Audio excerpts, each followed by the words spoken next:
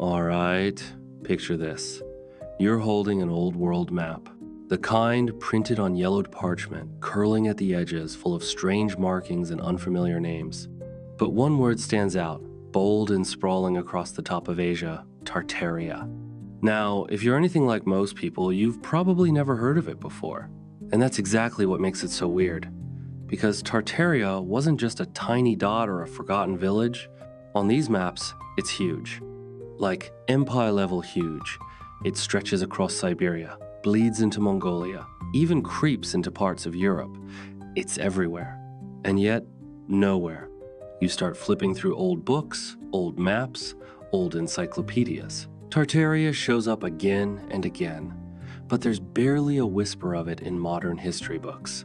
No mention in your school classes, no ruins in your travel brochures, no grand stories about its kings or wars, just this eerie silence. Like someone hit delete on an entire civilization. And that's the mystery. What was Tartaria? Was it real? Was it a name for a region? Or was it something that people remembered for centuries and then suddenly forgot? And if it was real, why would anyone want to erase it? The deeper you go, the stranger it gets. Back in the 16th to 19th centuries, European mapmakers guys like Gerardus Mercator and other big names regularly included Tartaria on their maps. Sometimes they labeled it as Great Tartary, and it covered most of northern Asia. But the weird part?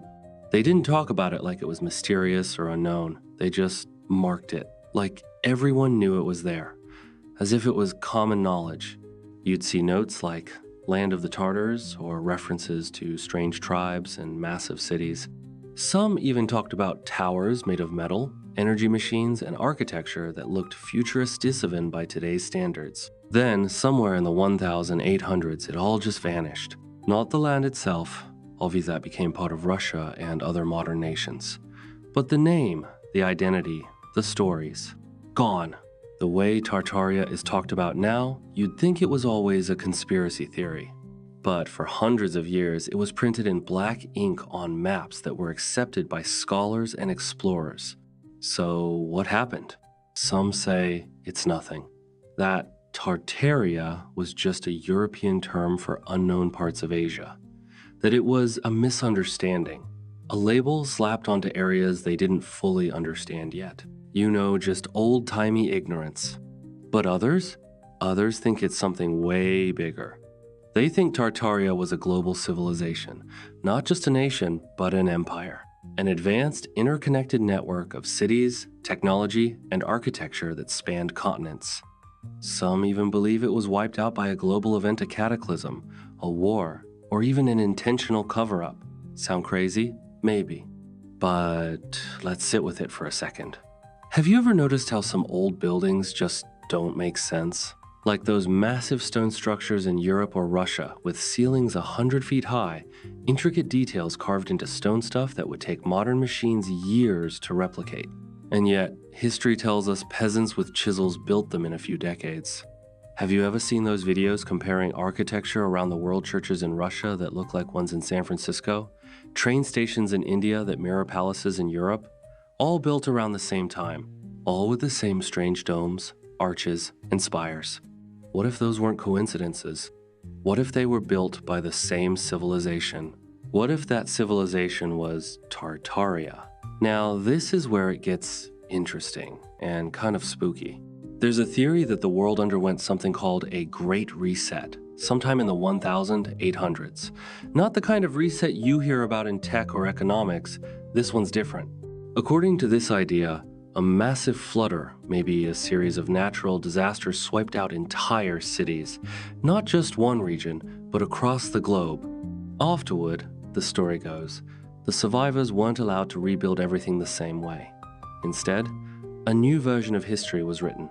Books were destroyed, maps redrawn, entire empires erased. And Tartaria? It was one of the biggest victims. This ties into the mud flood theory you might have heard floating around online. The idea is that many old buildings we see today, especially those with windows half buried underground, weren't built that way. They were buried, Something massive swept over the cities and left layers of mud behind, covering entire floors. Instead of digging them out, people just moved the entrances and called it a day.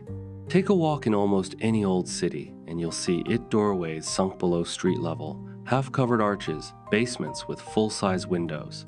Is it bad planning, or is it something else? Now, does any of this prove Tartaria was real? No, but it starts to paint a picture. Because in the next chapter, we're going deeper. We're looking at the actual maps, the ones they don't teach in school, the ones that show Tartaria in all its glory. And what they reveal might just change how you see the world. So take a breath, maybe even rewind if you need to. Let it settle in. The empire they erased might not be fiction. It might be the biggest secret histories ever kept. You've just heard about this mysterious empire called Tartaria. You've seen the maps in your mind, and now you're probably wondering, were those maps real? Like, actually real? Because that's where it gets weird. Not speculative weird. Tangibly, provably weird. Old maps real. Historical, physical maps show Tartaria as a vast empire. And not just on one or two obscure charts drawn by some eccentric guy in a candlelit basement. No. These maps were made by respected cartographers, people whose work shaped the way we view the world for centuries. You'd think, okay, maybe it's a mistake. Maybe they just didn't know what they were talking about. But the name Tartaria shows up again and again, across decades, across continents, in Latin, in English, in French, in Dutch, in Arabic. Everyone seemed to know about this place until they didn't. Pull up a map from the 1500s. Boom, Tartaria is there. Maps from the 1600s, still there. 1700s, oh yeah, still there. And then, right around the mid-1800s, it starts fading. Not gradually either. It's like someone took an eraser and just started scrubbing the name out. By the late 1800s, the word Tartaria is gone from most maps. Vanished. Replaced with Russia, Siberia, China, Mongolia. Neatly chopped up and reassigned. Okay, but maps can be symbolic, right? Maybe it was just a general label for the Wild East, a catch, all term for the lands Europeans didn't understand. That's what a lot of historians will say. And honestly, it's not a bad theory. But here's where things get strange. Some of those old maps don't just label Tartaria, they describe it. They reference cities, rivers, mountain ranges, trade routes. There are notes about the people who live there, their customs, their military power, even descriptions of flags. You don't do that for an imaginary place. You don't spend decades mapping, detailing, and documenting a land you think is made up. That's not how the scientific minds of the 1600s worked. These were people obsessed with detail, navigation, discovery. If Tartaria was on their maps, they thought it was real. And if they thought it was real, where did it go? Now, let's talk about one of the most famous cartographers ever, Gerardus Mercator. Yeah, the Mercator projection, the one used in classrooms all over the world today, that guy. Mercator created a series of maps in the 1500s that included Tartaria. He didn't just scribble the name in the corner either. He dedicated entire regions to it. Great Tartaria, Independent Tartary, Chinese Tartary, all broken down like they were actual nations. He wasn't the only one either. Johannes Jansonius, Sebastian Munster, Abraham Ortelius, they all showed Tartaria clearly, boldly, and without hesitation. And they didn't treat it like fantasy. They treated it like fact. Some of these maps are so detailed they show specific city zones with names you've never heard of because they're not in our modern atlases. Cities that, if you Google them now, either don't exist or have no known history. It's like they got renamed, relocated, or erased. It gets even more suspicious when you start comparing maps. Side by side. Let's say you look at a 1730 French map and compare it to a Russian map from the 1800s. The French one will say Tartaria with giant borders and clear outlines. The Russian one? Suddenly, that same area is labeled differently. No more empire, no more identity, just a blank spot filled in with a convenient name. So now we have to ask, Who had the power to remove an entire name from world maps? Was it a simple geopolitical change? Conquest, war, absorption into another empire? That happens. Borders shift. But even when that happens, history books usually tell you about it. There's a record, there's a war, a treaty, something. But here, we get silence. No historical battle to mark the fall of Tartaria. No treaties, no famous collapse. It's like the whole thing just faded into fog. And now it's not just about maps anymore. Because if Tartaria was removed from maps, maybe other parts of its existence were scrubbed out too. Maybe this is where the Great Reset comes in. The theory goes like this. Sometime in the 1800s, a massive reset event happened natural, man-made, or both. It destroyed huge parts of the old world. Cities were buried, knowledge was lost, and the survivors were forced to rebuild under a new narrative. A cleaner, more controlled version of history. You don't just erase an empire from maps, you erase it from culture, from memory, from language. That's how you make something disappear for good. People digging into Tartaria today often notice that old city planned specially in places like Moscow, St. Petersburg, Paris, even parts of North America follow strange patterns. They're geometrically perfect. Too perfect for the time period they were supposedly built in. Some researchers believe those cities were part of a global Tartarian network. They weren't just random cities, they were hubs, connected through architecture, technology, maybe even energy systems we've forgotten or been told to forget. Look at those buildings with enormous pillars, massive domes, and copper-covered spires. They're everywhere from Russia to India to Chicago. People say they were built in 10 years with horse carts and hand tools. But some of these structures are so complex, they baffle modern engineers. So let's say for a moment that Tartaria really was a global civilization. Not a mythical kingdom, but a real empire. One with advanced knowledge engineering, energy, maybe even medicine that we lost during the so-called reset. Maps wouldn't just be a record of territory, they'd be evidence. Proof of a time when the world was very different. And if you were trying to control the historical narrative, those maps would be dangerous. So you change them, you reprint them, you hide the old ones in archives, libraries, and universities.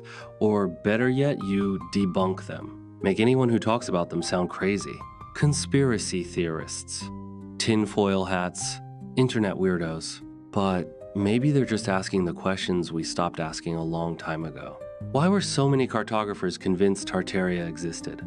Why do maps from different cultures and countries all agree on its borders? Why was it suddenly wiped from those map sand from our minds? And here's the kicker. Some people believe Tartaria might still exist. Not in the obvious sense, not a government with a flag and a president, but pieces of it. Echoes, maybe in forgotten cities, underground tunnels, old symbols carved into stone. Maybe even in the people who kept the stories alive through whispers and myth. And maybe, just maybe, some of the ancient tech is still out there, buried, hidden, waiting. So here you are, looking at an old map again.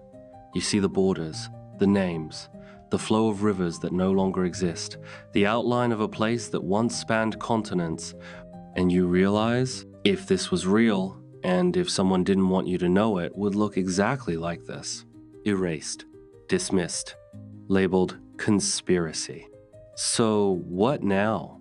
Now we go deeper, because the maps are just the beginning. Next, we'll start looking at the buildings. The ones they say were built by ordinary men in the 1800s. But when you really look at them, they don't just raise questions, they scream them. The towers, the domes, the impossible engineering, because once you see it, you can't unsee it. And the story of Tartaria? It's just getting started. You know how sometimes you stumble on something online late at night and suddenly you're 2 hours deep into the weirdest rabbit hole ever? That's what the mud flood theory feels like. It starts with one image, just one. A photo of an old building and something seems off. You look closer and realize the windows are half buried in the ground. Not basement windows, real ones. Full-sized, arched, with ornate framing. Some even have balconies sitting right at street level, like the building used to be taller but somehow sank. Or maybe got buried. At first, you brush it off. Bad city planning? Natural erosion? Then you find another photo, and another, and suddenly you're seeing it everywhere. London, Paris, St. Petersburg, San Francisco, Chicago. All these cities have buildings with the same look, like they were once sitting on a different ground level, like a whole layer of the world was covered up. That's where the mud flood theory comes in. It's the idea that at some point, not even that long ago, there was a global event that buried entire cities in mud, a literal wave of earth that swept over towns, covering the first and second floors of buildings. And instead of digging them out, people just built over the top, bricked up the old doors and windows, and made new entrances on what became the new ground level. Sounds crazy, right? Until you start really looking. Because the evidence isn't hidden in old maps or secret text that's right in front of us.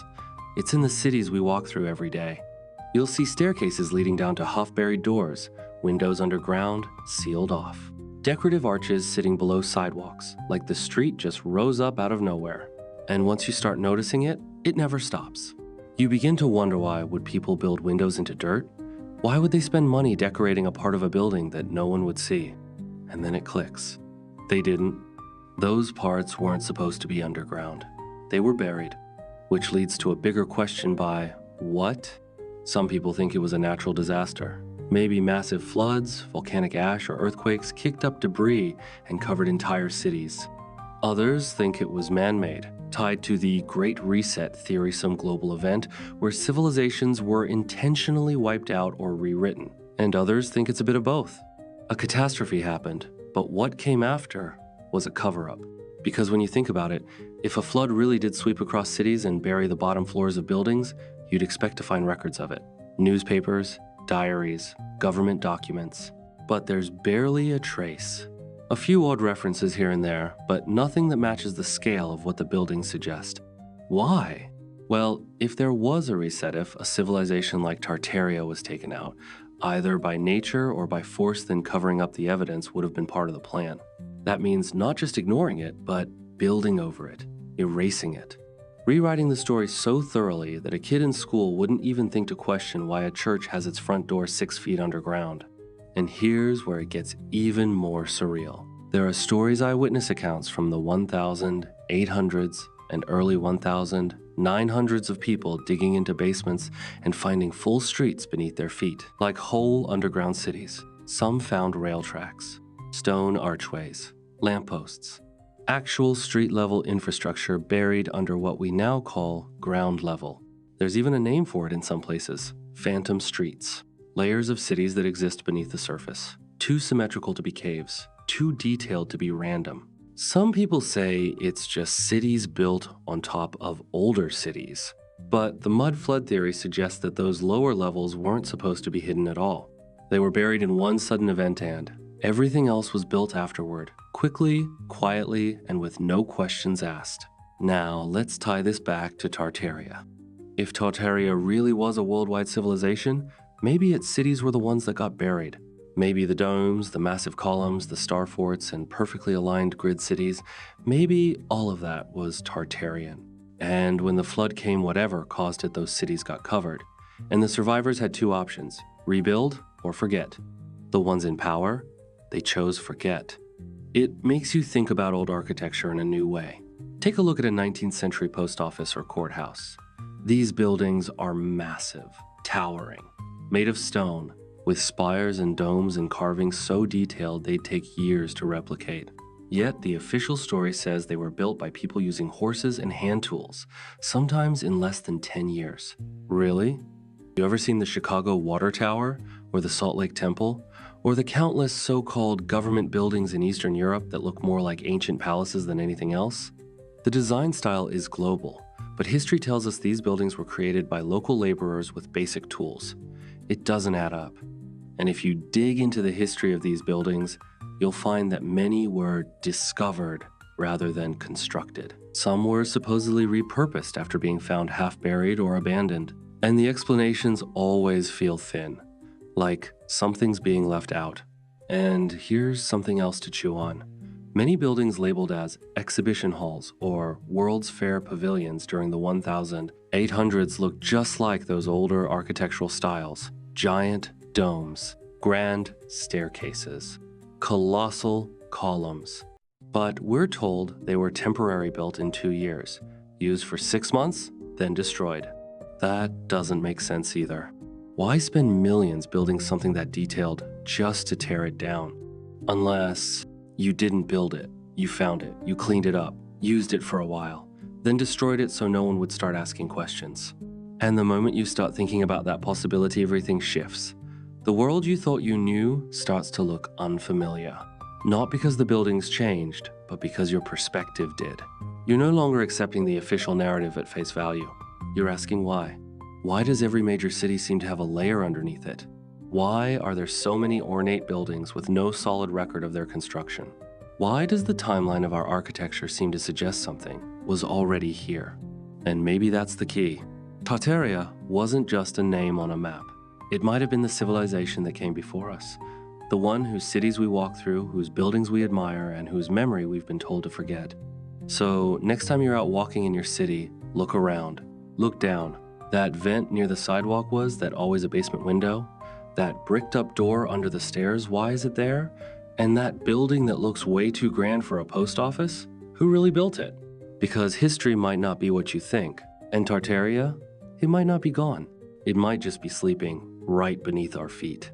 So we've looked at maps, we've looked at mud, and now it's time to talk about shapes. Weird, perfect shapes that show up in places they probably shouldn't. You ever seen a star fort? No, not like a medieval castle with some extra points. I'm talking real star forts. Perfectly symmetrical, spiked out structures that look like snowflakes or fractals. From above, they're stunning. Too perfect to be accidents. Too widespread to be coincidence. And nobody really talks about them. But they're there, all over the world. Italy, India, the Netherlands, Russia, the United States, Japan. Some in the middle of forests, others hidden beneath modern cities. They all follow the same pattern, multiple bastions radiating out from a central core in a star-like shape. A design that supposedly was created for military defense in the gunpowder age. Sounds logical, right? Until you realize some of them predate gunpowder. Others are way too elaborate for the time they were supposedly built. And almost all of them are too precise. Like someone used a computer, or had some kind of tech we don't talk about in history class. Take a drone shot of any old star fort and zoom out. What you'll notice is harmony, not chaos. It's like looking at a snowflake. There's math in it, geometry, ratios that feel too perfect. You start wondering, was it really just about defending from invaders? Or was something else going on? That's where sacred geometry comes in. The idea that certain shapes, ratios, and alignments hold power. Not magic, not myth, just internatural energy tapped and redirected using geometry. Think pyramids, stone circles, old cathedrals. Now imagine the star forts weren't just forts. Maybe they were part of a global energy network. Crazy? Maybe. But here's something weird. A lot of these star forts are built on ley lines, those invisible energy paths that crisscross the Earth. Some people say these lines are just folklore, but even scientists will admit there's something strange about how ancient cultures all seem to build their most important structures along the same routes. You've got the Great Pyramids in Egypt lining up with other ancient sites across Africa and the Middle East. Machu Picchu sitting on a junction of energy. Stonehenge. Angkor Wat. And yep, plenty of Tartarian-style buildings and star forts seem to fall right into that same grid. Now let's connect some dots. If Tartaria was a global civilization, and if they understood these energy links or even harnessed them, then maybe the forts weren't military at all. Maybe they were power stations, conductors, transformers. Think about it. Symmetrical shapes, perfect alignment, strategic placement. Not just to defend, but to distribute. And the buildings? You know those domes, copper spires, and giant arches that show up all over the world? Maybe they weren't just aesthetic. Maybe they were antennas, receivers, parts of a system we no longer understand. People point out that copper was used everywhere, topped on spires, layered into rooftops, built into domes. Today, we use copper to conduct electricity. Was that a coincidence? Or were they using it for the same reason? to channel energy. And think about cathedrals giant, echoing buildings with pipe organs and massive resonating halls. People say they were built for worship, but what if they were sound chambers? Frequency machines?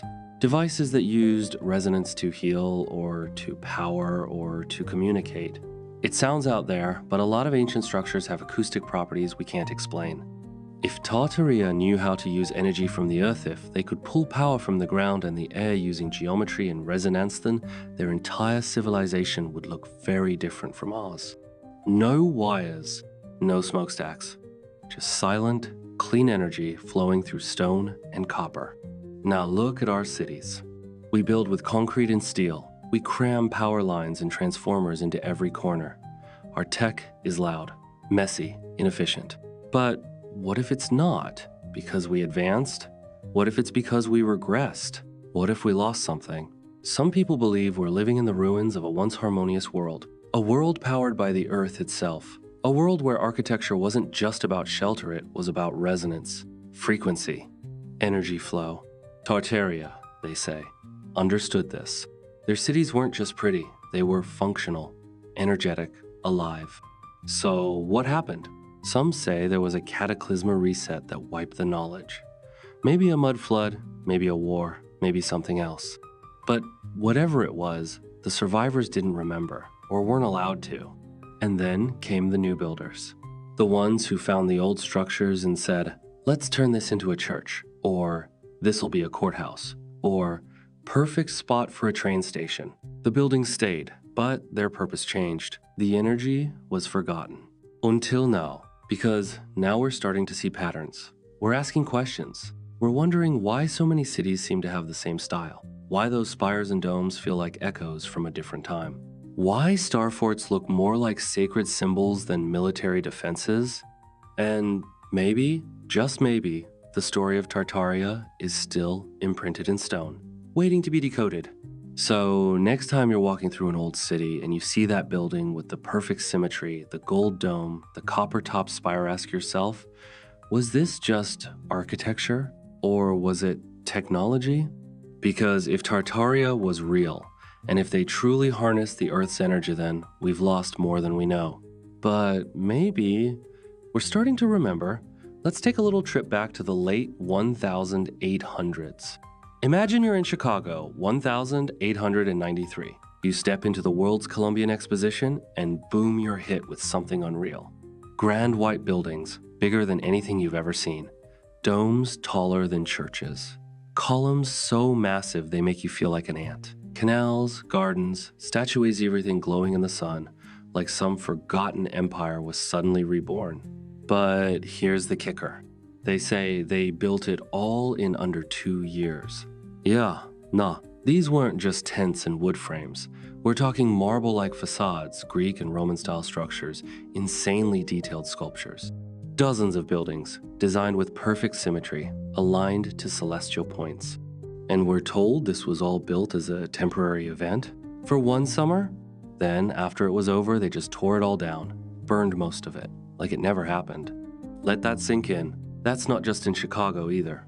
St. Louis, San Francisco, Paris, London, Buffalo, all these expos happened between the late 1800s and early 1900s. And each time, same thing. Cities of marble rising from nowhere, looking like ancient Rome had a baby with Atlantis. Then poof, gone. The official story? These were meant to show off modern engineering. But when you look at the photos' real black and white proof, it feels off. Too perfect, too advanced. Way beyond what steam-powered tools and horses should have been able to do in that time frame. Now, imagine if those buildings weren't built in 2 years. Imagine if they were already there. Old structures, remnants of a lost civilization. Maybe Tartaria rebranded and repurposed. Painted white, cleaned up, given a fresh name, and called new. Then, once the public had seen them, they were destroyed. Why? Maybe to erase the real origin. Maybe to prevent people from asking the questions we're asking right now. Because here's something else to think about. A lot of these expos took place not long after major disasters. Fires, earthquakes, urban renewal projects. Whole city blocks were wiped out, and suddenly there was room to build these massive fairgrounds. Sounds a little convenient, doesn't it? Chicago had the Great Fire in 1871.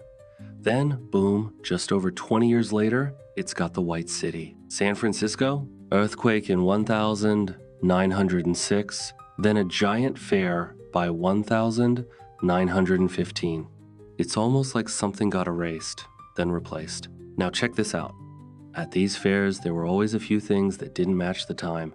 Giant organs pumping sound through the air, electric lights before many cities even had power grids, moving sidewalks, towering Ferris wheels. It's like they were showing us pieces of forgotten tech but wrapped in the label of innovation. But maybe it wasn't new tech. Maybe it was old tech being brought back just for a moment, just enough to dazzle, then gone again. Even the people at the time were skeptical. There are old newspaper clippings and letters where visitors wrote things like, "I can't believe they built this in 2 years," or "It looks like it's been here for centuries." And some workers admitted that they didn't actually construct the full buildings, just added facades and fixed up existing ruins. And then comes the strange part. After the fairs, most of the buildings were destroyed. Some were burned, others dismantled. Very few remain today. And the ones that do are usually stripped down or repurposed turned into museums, government buildings, or theaters. All of them wearing new clothes, hiding old bones. Ask yourself, if these expos were really just celebrations of human achievement, why destroy them? Why not preserve these incredible structures? Wouldn't you want to keep something that beautiful? Unless beauty wasn't the point. Maybe it was control. Maybe those buildings were never supposed to exist in the first place, at least, not in our version of history. Maybe they were remnants of a world we weren't meant to remember. A lot of people call this the Great Exhibition cover-up. The theory goes that Tartarian architecture still existed in pockets around the world, too big to hide, too grand to explain. So the expos were a kind of transition, show them off, make them seem new, then erase them before too many people caught on. It's like taking a masterpiece, calling it a stage prop, and burning it after the show. It's not just buildings either. The expos had orphan trains, literally entire trains full of children with no parents, shipped across the country. Nobody talks about that, but it happened. Some say these kids were survivors of the reset. Others say they were being redistributed, reprogrammed into a new society where the old world no longer existed. Now that's heavy. It's dark. But if you believe that a reset happened, that a civilization was wiped and a new story was written, then it makes sense. You'd need a clean slate. You'd need workers, believers, people with no past. And what's more innocent, more moldable than a child? It makes the expos feel less like celebrations and more like funerals. Grand, beautiful goodbyes to a civilization that had already been buried literally or metaphorically. Tartaria, hidden in plain sight, covered in banners, lit up with electric lights, then erased. But not entirely. You can still find pieces of the fairs that weren't destroyed. A building here, a fountain there, and when you stand in front of them, really look, you get that feeling again. Like this wasn't made by us. Not fully. Like it belongs to something older, something forgotten. And maybe that's why they had to go. Because if people knew what they were really looking at, if they realized these structures didn't match the tools, the timelines, or the talent of the era, the whole historical narrative would crack. And behind that crack, Tartaria, still there, still waiting. We've covered the strange buildings, the expos, and the possible connections to Tartaria. But here's something that doesn't get enough attention: the disappearance of knowledge. When you look back at the history books, it seems like everything we know about science, technology, and philosophy came about in a pretty linear way. Newton, Einstein, the Industrial Revolution, all of it feels like a series of breakthroughs leading from one to the next, right? But if you look a little closer, something feels off. It's like there's a big gap, a missing chapter. And I'm not talking about the usual dark ages or the lost years. I'm talking about entire fields of study ancient sciences, technologies, and philosophies that seem to have disappeared without a trace. Take energy, for example. Our ancestors had a deep understanding of it. They knew how to harness the power of the earth. It wasn't just windmills or water wheels. There were complex systems, often hidden in plain sight, that suggest they had access to energy in ways we still can't replicate. And we're talking about free energy, the kind that doesn't rely on coal, gas, or nuclear plants. The kind that's embedded in nature itself. You can see the remnants of it in the architecture. Those copper domes, the spires, the huge stone blocks perfectly aligned with the Earth's ley lines. It all seems like it was part of an intricate energy grid, and people back then understood it. But somehow, that knowledge vanished, disappeared, like it was erased. What happened? If you look at the events of the 18th and 19th centuries, something big happened to the world's intellectual and scientific progress. In fact, there's a theory that this was all tied to a Great Reset, a global event that wiped out entire systems of knowledge and technology, leaving only the bare minimum behind.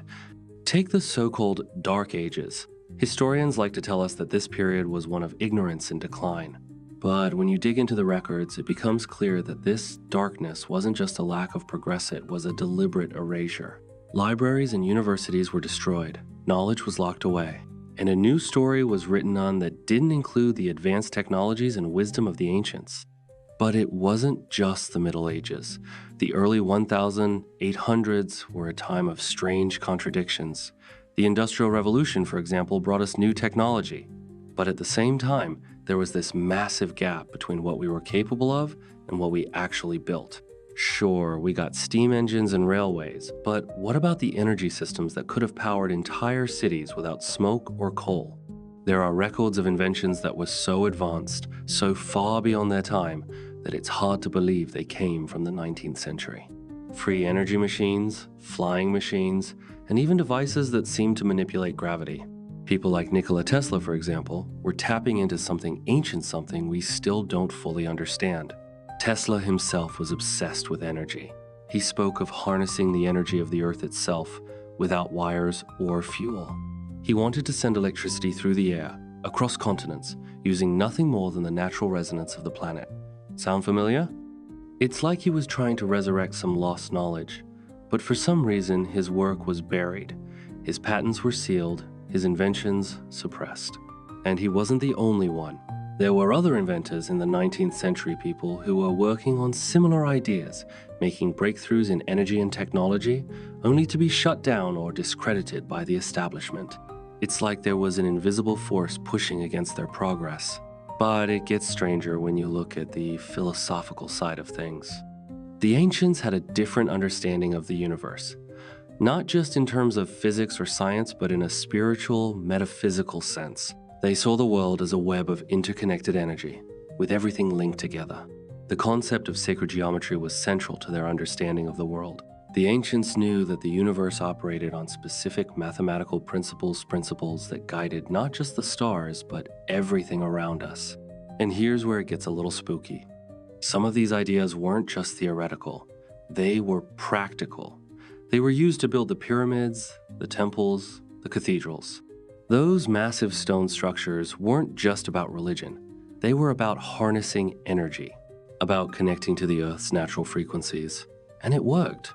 It worked in a way that we don't quite understand today. Now, imagine this. What if that knowledge was deliberately suppressed? What if someone or some group decided that the world shouldn't have access to that kind of power? It would explain why so much of that knowledge was hidden, why so many ancient texts were destroyed, why so many temples were buried. It wasn't just about controlling people, it was about controlling energy. But we're starting to wake up. People are starting to piece the puzzle back together. New discoveries are being made, and the old knowledge is coming back into focus. We're learning about energy grids, ley lines, and forgotten technologies that could change everything. And that brings us back to Tartaria. What if this lost knowledge was part of a global civilization that existed long before ours? A civilization that understood the world in ways we can barely grasp today. A civilization that built its cities on these principles, using the Earth's energy to power everything. And what if it was all lost in a single event, a cataclysmic reset that wiped out not just buildings, but entire systems of thought? The remnants of this lost civilization are all around us. You can see it in the buildings, you can feel it in the energy lines that crisscross the Earth. And if you look close enough, you might just find that the knowledge isn't really gone. It's just waiting for someone to rediscover it. So the next time you see an old building or walk through an ancient site, take a moment to think about what might be buried beneath the surface. What knowledge was lost? What ancient understanding of the universe have we forgotten? And what if the keys to unlocking it are still out there, waiting to be uncovered?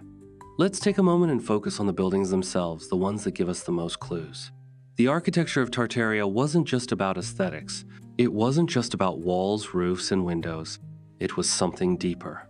Something that hints at a level of knowledge and understanding we no longer possess. When you look at old structures, especially the ones that seem out of place, too grand, too detailed for their supposed erasomething becomes clear. These buildings weren't built just for shelter or decoration. They were built for something else. Energy, vibration, resonance. It's not just about looking at old domes and spires. It's about realizing that these structures might have been designed as instruments to connect to the Earth's natural frequencies. Think about giant stone cathedrals, towering spires. Massive domes, these aren't just architectural styles. They could be advanced devices built to channel energy in ways we can barely understand. Let's zoom in on the domes. Domes are everywhere in ancient architecture. The Pantheon in Rome, St. Peter's Basilica in the Vatican, the Capitol building in Washington, D.C., the Great Dome of St. Isaac's Cathedral in Russia. And of course, we see them in the star forts. These domes aren't just pretty, they're functional. They might have been built to capture and focus energy from the Earth's magnetic field, or perhaps even energy from the sun or the atmosphere. You can find similar dome structures across cultures. From Europe to Asia, from ancient Greece to the Middle East, there's a pattern. And here's the thing. It wasn't just about making beautiful buildings. It was about making buildings that could resonate. Buildings that could amplify and harness energy. Take a look at the materials used in these structures. We're talking stone specifically. Large, perfectly cut blocks. Some of them are so perfectly fit that you can't even slide a piece of paper between the stones. How were they cut with such precision? Especially when we think of the tools available back then. It wasn't just about the building techniques, it was about the materials. Many ancient buildings are constructed with stones that have unusual properties. Some of them are thought to resonate in specific ways. Other buildings were constructed with metals like copper that are known for conducting electricity. These materials weren't just chosen for their strength or appearance. They may have been chosen for their ability to channel energy. Now, let's consider the layout of these cities. Old maps of Tartarian cities often show perfect symmetry. Roads, buildings, and plazas are laid out in geometric patterns. It's not just for aesthetics. This type of design can be found in places with specific energetic properties. Cities built on ley lines, the kind of lines that run across the earth and are said to carry energy. Energy that could have been harnessed, manipulated, or even used as a power source.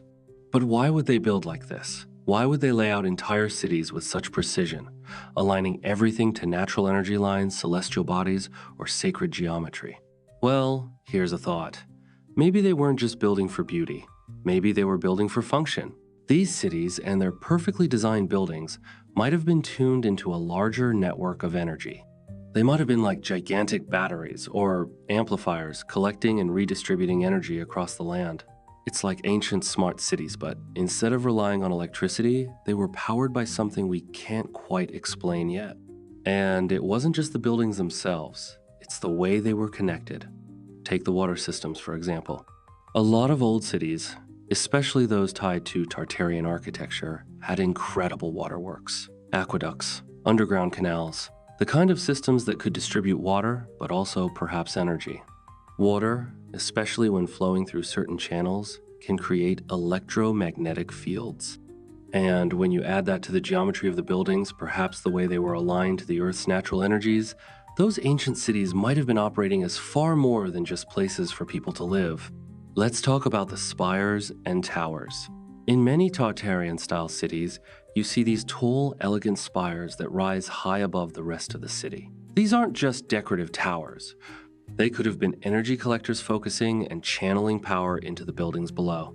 It's not hard to imagine that these towers weren't just designed to look beautiful, but to serve a very specific function, collecting atmospheric energy, directing it into the buildings, or even sending it out into the surrounding environment. It's funny, really. Modern architecture often ignores this kind of thing. We build with steel and glass, flat roofs, and angular designs. But the older buildings, the ones that are often linked to Tartaria, were built with curves, with arches, with domes. Designs that harness the natural flow of energy, not just for aesthetics, but to tap into something deeper.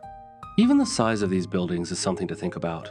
Look at some of the old cathedrals, palaces, and government buildings. The ceilings are so high you feel like you're standing in a space made for giants. The walls are thick, heavy built to last. But more importantly, they're designed to create a sense of reverence, awe, and power. The kind of power that might have come from something other than just money or authority. The kind of power that could have been harnessed from the earth itself. So, what happened to all this? Where did the knowledge go? Why don't we build like that anymore? Maybe the destruction of these buildings, the erasure of their history, is part of the reason why we've lost so much. Maybe the grand, lost civilization that built these structures wasn't just powerful in the way we think of power today. Maybe they were tuned into the natural forces of the earth, and when they disappeared, whether through war, cataclysm, or deliberate destruction, the knowledge went with them. But if you look closely, the remnants are still there. You can see them in the way the buildings are laid out, in the materials used, in the design itself. The lost knowledge is still written in stone. It's still alive in the ruins. And maybe, just maybe, we're starting to uncover it. Because the truth is, Tartaria might not be as lost as we think. It's waiting to be rediscovered. One building, one stone, one frequency at a time.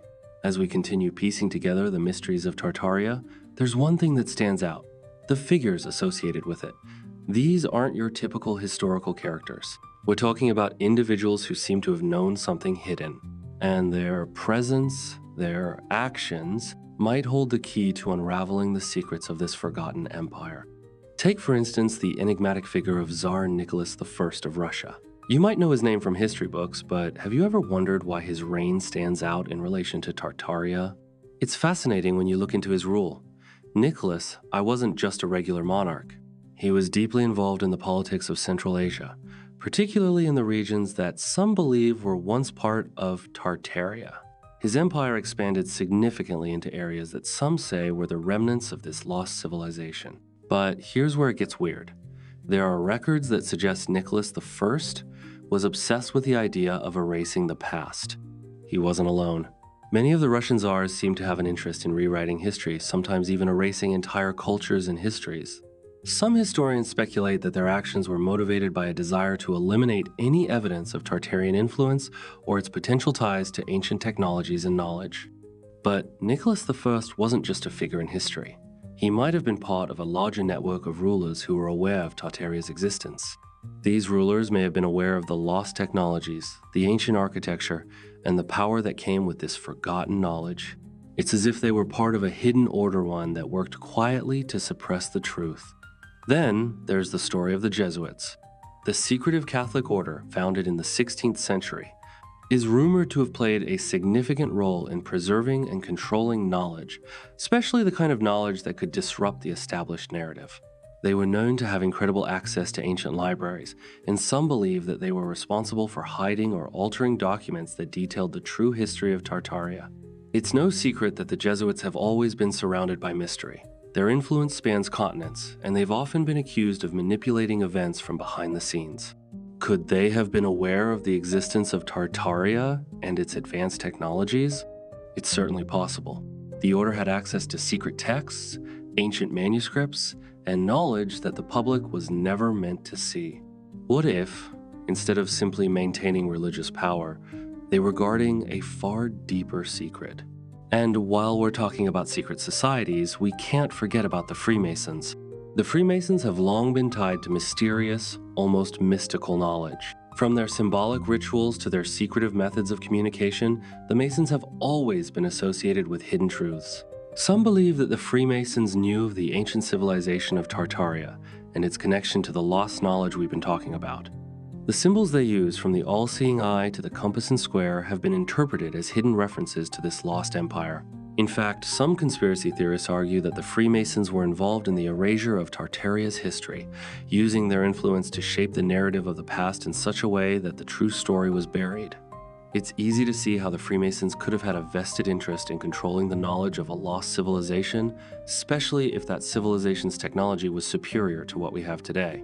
But it's not just secret societies or royal families. There's also the strange case of the explorers and researchers who ventured into regions once believed to be part of Tartaria.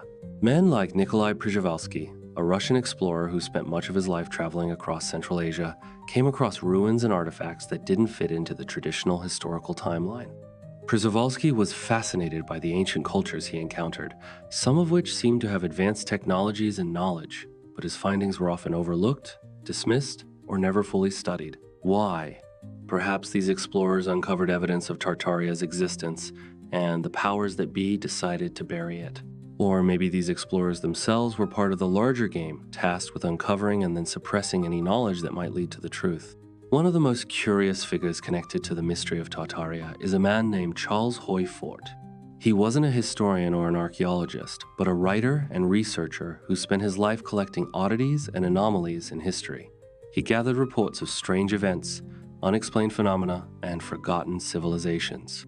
Fort's work, especially his book Lo, points to an overwhelming amount of evidence of a past that doesn't fit the mainstream narrative. Fort was fascinated by the idea of a forgotten pasta world that had been wiped from history. His work often pointed to unexplained artifacts, mysterious structures, and strange events that didn't seem to fit with the history books. Some believe that Fort was, in a way, uncovering the remnants of Tartaria. And then there's the curious case of the mud flood theory. You've probably heard of it. It's the idea that at some point in history, perhaps in the 1800s, global disaster occurred, covering much of the world in a layer of mud. Some even claim that entire cities were buried overnight. What if these mud floods weren't just natural disasters, but part of an intentional event to erase evidence of Tartaria and its civilization? There are accounts of people who claim to have seen strange anomalies in the landscape ruins buried beneath layers of dirt and debris. The mud floods could explain why so many ancient structures appear to have been buried, with only their tops visible. Could these buildings have once been the crown jewels of a global empire? Could the mud floods have been part of a deliberate effort to erase that empire from history? There's so much to these figures, these people who seem to have stumbled upon or been tied to the truth of Tartaria. Whether they were explorers, secret society members, or ordinary citizens who saw something they weren't supposed to, their stories contribute to a larger puzzle. Perhaps they weren't just observers. Maybe they were part of a hidden network, operating in the shadows to keep the truth buried. And if we pay attention to their stories, to the clues they left behind, we might just begin to see a pattern or trail leading us back to the forgotten empire that was erased from history. When you dig into the history of the 19th century, especially around the time of the supposed mud flood, you'll find a curious lack of records. Buildings go missing, cities disappear from maps. It's as if someone went to great lengths to remove any trace of what was there before. Could this be the result of a concerted effort to erase evidence of a powerful Empyrean empire whose buildings, technology, and knowledge were far too advanced for the time? You might also be wondering, why would someone want to erase the existence of Tartaria?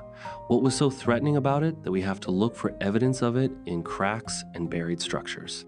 Well, one possibility is that Tartaria's technology, its understanding of energy, and its global influence were all too much for the establishment to handle.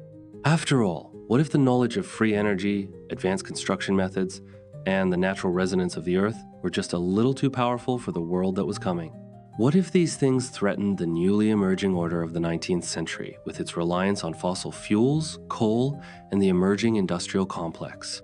There's also the possibility that the mud floods were part of a larger plan, a way to reset civilization and reshape the world into something more controllable. After all, if you erase the past and bury the evidence, you can write a new history. You can start fresh with a narrative that benefits those in power. But here's the thing about this theory, like any good mystery. It raises more questions than answers. Why was this event erased from history? Who were the people behind the suppression of Tartaria? And, perhaps most importantly, what could we learn if we were to dig deeper into these anomalies? The mud flood theory might just be one piece of the puzzle, but it's a big one. And as we continue to dig into the ruins, explore the photographs, and study the old maps, we might just be on the verge of uncovering a truth that's been buried for centuries. Now, let's explore something truly fascinating: the connections between Tartaria and other ancient civilizations. What if this lost empire didn't just exist in isolation? What if its influence stretched far beyond the borders of its supposed territories, reaching into the heart of other great cultures and civilizations around the world? The more we dig, the more evidence we find, suggesting that Tartaria might have played a significant role in shaping the course of history not just in Central Asia, but across the entire globe. One of the most intriguing aspects of Tartaria is its potential link to other ancient civilizations that we know were highly advanced cultures like ancient Egypt, Mesopotamia, the Indus Valley, and even the Americas. There are many who believe that these civilizations, with their monumental architecture and remarkable knowledge, were influenced by Tartaria, or that they were even part of a larger global network of civilizations that shared knowledge and technology. Let's start with ancient Egypt. We know that Egypt was home to some of the most advanced technologies of the ancient world. The pyramids alone are a testament to an incredible understanding of engineering, astronomy, and mathematics. But what if the Egyptians didn't develop all of this knowledge on their own? What if, in fact, they were part of a broader global network of knowledge exchange zone that included Tartaria? It's well documented that the Egyptians had a deep understanding of the cosmos, and some researchers believe that they might have had access to lost knowledge about the Earth's energy grid. Could this knowledge have come from Tartaria? The Egyptians weren't the only ones with a sophisticated grasp of energy and construction. There are ancient texts and artifacts that suggest other civilizations like those in Mesopotamia might have shared similar knowledge, especially when it comes to architecture and energy sources. One of the most compelling pieces of evidence for this theory comes from the ancient megalithic structures, found all over the world, structures that seem to have been built with a kind of knowledge we've yet to fully understand. These massive stone constructions, from the pyramids in Egypt to the stone circles of Stonehenge to the ancient ruins found in Peru and Bolivia, all share similarities in their construction techniques. They also all seem to align with cosmic or energetic forces, whether it's the movement of the stars or the flow of the Earth's energy grid. Could these structures have been built by a network of civilizations, perhaps even with the guidance or influence of Tartaria? And speaking of the Americas, let's not overlook the ancient cultures of the New World. The Maya, the Inca, and the Olmec all built complex societies with sophisticated knowledge of astronomy, agriculture, and engineering. The Mayan calendar, which is often seen as one of the most accurate systems of timekeeping in human history, points to a deep understanding of the cosmos. Could the Maya have been in contact with Tartaria, or perhaps part of a larger global network of civilizations that shared similar knowledge? There are also many similarities between the architecture and technologies of these ancient civilizations and those found in Tartaria. For example, the use of massive stone blocks in the construction of ancient structures is not unique to Egypt or Mesopotamia. In South America, the Inca constructed massive stone structures, many of which were so precisely cut that even modern tools have difficulty replicating their craftsmanship. These stones were not only used in monumental architecture, but were also aligned with celestial bodies, another clue that ancient civilizations might have shared knowledge passed down from a common source, perhaps Tartaria. The question then becomes, why is there such a lack of historical evidence connecting these civilizations? Why are we not taught in mainstream history classes about the possibility of a global network of ancient cultures, each influencing the other, each learning from a shared source of knowledge? Some believe this lack of connection is intentional. If Tartaria was truly a global empire, its history and the knowledge it possessed might have been deliberately suppressed to prevent it from resurfacing. Another intriguing possibility is that Tartaria's influence didn't just stop at architecture and energy. There are reports from various ancient cultures that describe advanced technologies that sound almost too futuristic for their time. For example, the use of sound and resonance in construction, the ability to harness natural energies, and even stories of free energy sources that could power entire civilizations. Could these technologies have come from Tartaria? Were these cultures inspired by Tartaria's discoveries, and did they adapt these techniques to suit their own needs? If we take a step back and think about it, it makes sense. Civilizations, especially those with access to advanced knowledge, would not have existed in isolation. They would have shared knowledge, ideas, and innovations.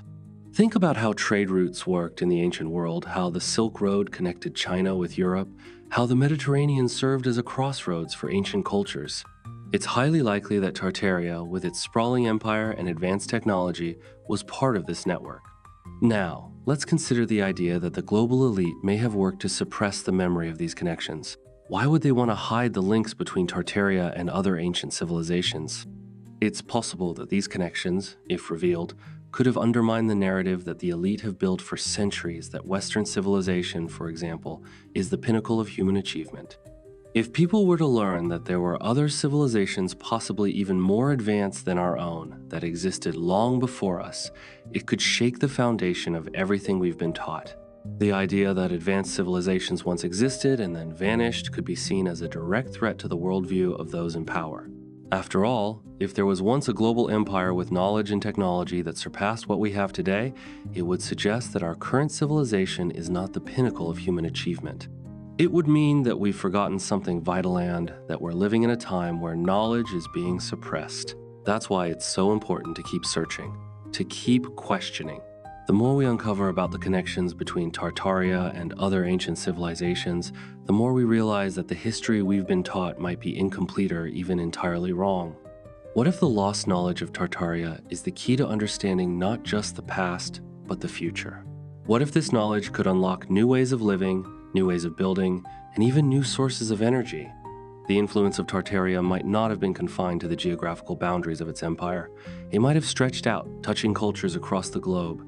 The question is, why was it erased from history? What were they trying to hide?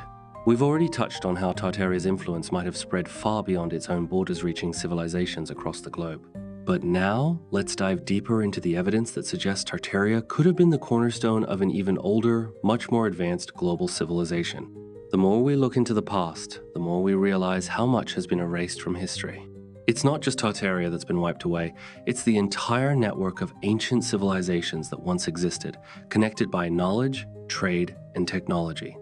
Let's start with the evidence of advanced architecture and technology found across the globe. We've already talked about the similarities between the megalithic structures in Egypt, Mesopotamia, and the Americas. But what about the evidence that suggests these ancient civilizations shared similar advanced technologies?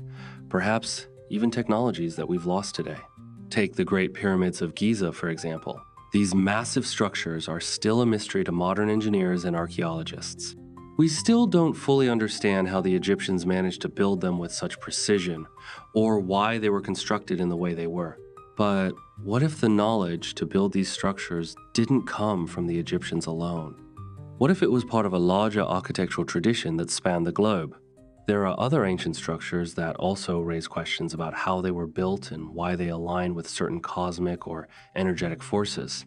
The ancient city of Teotihuacan in Mexico, with its perfectly aligned pyramids and sophisticated planning, mirrors the precision found in Egyptian architecture.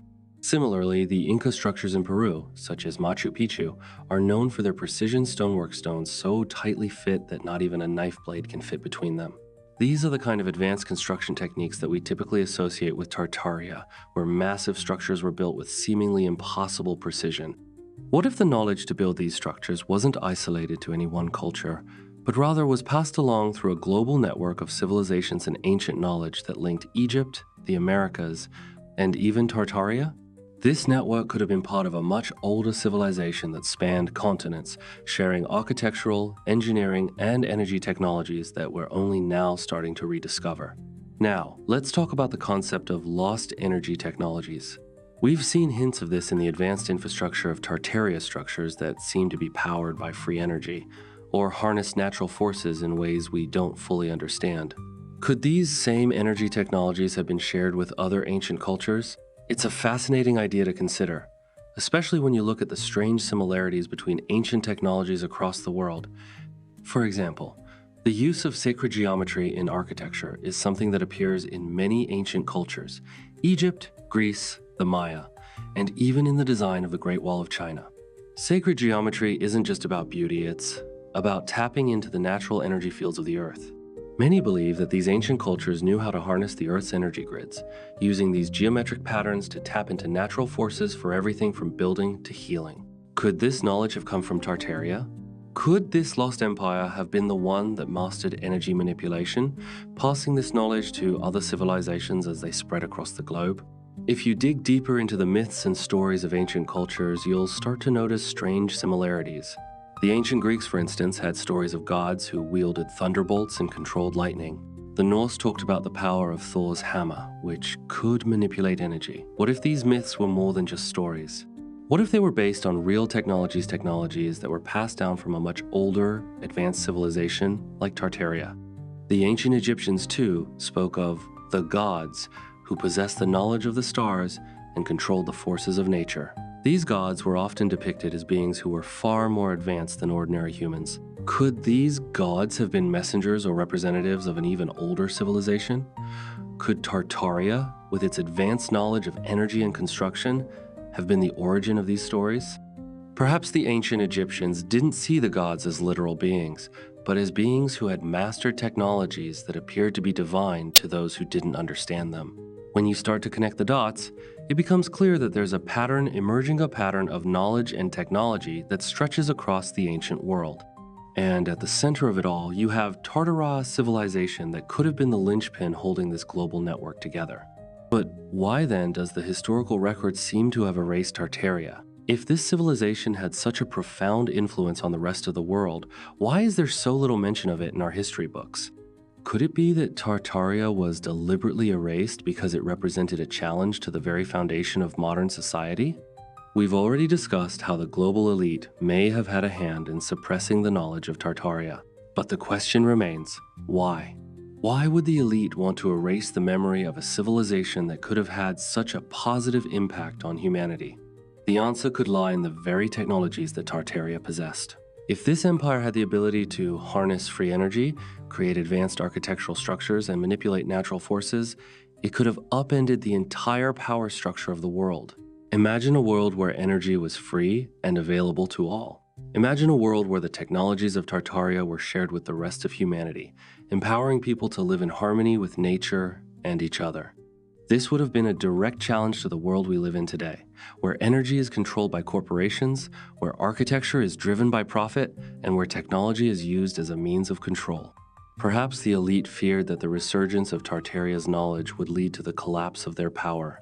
By erasing the history of this empire, they ensured that the knowledge of free energy and advanced technology would never reach the masses.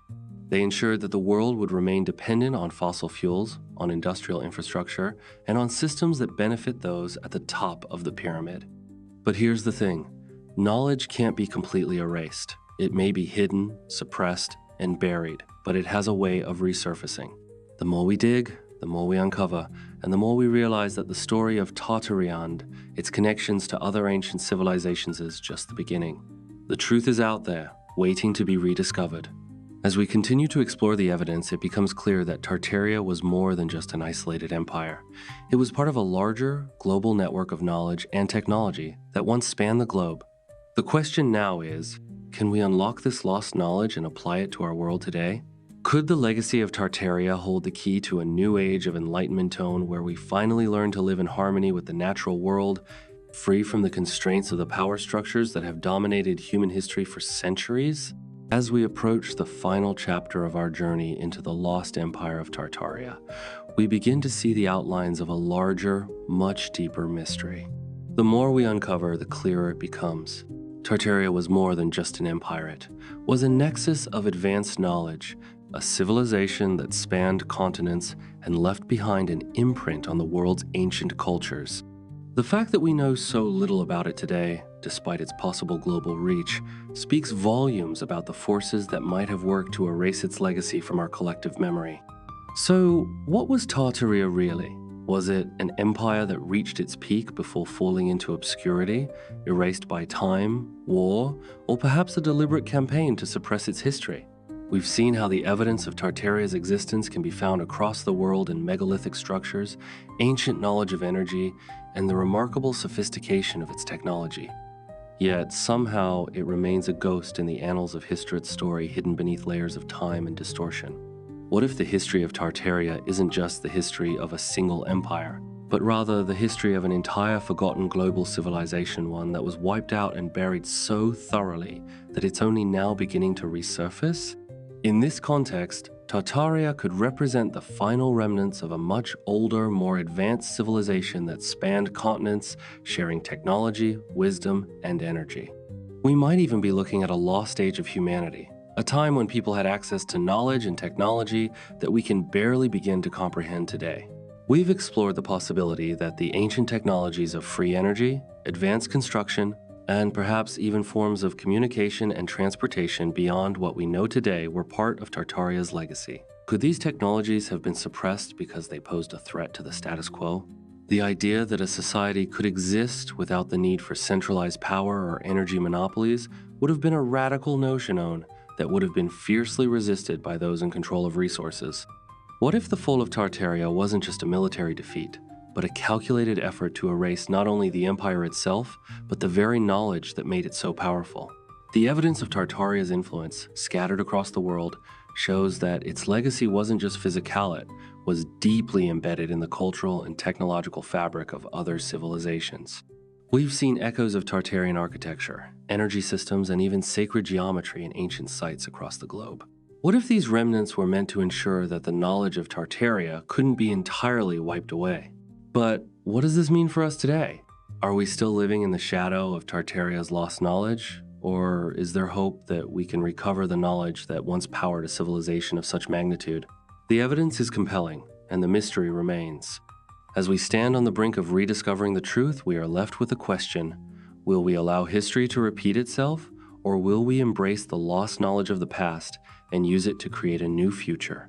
This is where the story of Tartaria, as we've come to understand it, takes a profound turn because, in the end, it's not just about a long-forgotten empire.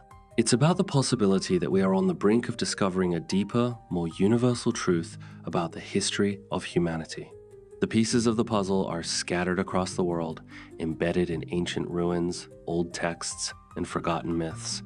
The story of Tartaria isn't just about the past, it's about our present and our future. What if the story of Tartaria and its fall isn't just a cautionary tale of the rise and fall of empires, but a lesson about the nature of knowledge and power? If Tartaria's advanced technologies were suppressed to maintain control over resources, what does this tell us about how history is shaped? The fact that so much of what we know about this lost civilization has been hidden could mean that we're dealing with something far more significant than we ever realized. Could it be that the suppression of Tartaria's history was not just an accident of time, but part of a broader effort to control humanity's development? If Tartaria had mastered energy, architecture, and other advanced technologies, then the knowledge it contained would have been a direct challenge to the power structures that emerged after its fall.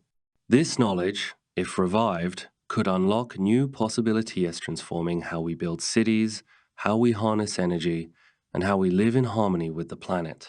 We can see traces of this knowledge in ancient myths and legends, which often speak of gods or advanced beings who possess the secrets of the universe. These stories might not be mere fiction. Instead, they could be encoded messages from a time long forgotten, telling us about the technologies and wisdom of Tartaria. And these myths have persisted across cultures, from the gods of Egypt to the Norse deities, and even to the indigenous peoples of the Americas. What if these myths are more than just stories? What if they're the last remnants of a time when humanity had access to knowledge that we can barely comprehend today? As we look around the world, we see that many of the advancements that define Tartaria-free energy, advanced architecture, and harmonious living with nature are ideas that we're starting to rediscover. The questions we've asked about this lost civilization, about its technologies and knowledge, are the same questions we're asking today as we search for solutions to global problems. Can we tap into the energy of the Earth? Can we build in harmony with nature? Can we unlock new forms of energy that don't rely on fossil fuels? Perhaps, just perhaps, the fall of Tartaria wasn't the end of its story, it was just the beginning. The knowledge of this ancient empire has survived, not in the history books, but in the structures, the myths, and the deep layers of the earth. If we continue to seek the truth, if we continue to dig into the forgotten past, we may one day uncover the secrets of Tartaria and with them, the keys to a new future for humanity. So, as we conclude our exploration of Tartaria, we're left with a profound realization. The empire that history erased might not be gone after all. It might still be with us, hidden in plain sight, waiting for the day when we're ready to rediscover it. The truth is out there and it's up to us to find it.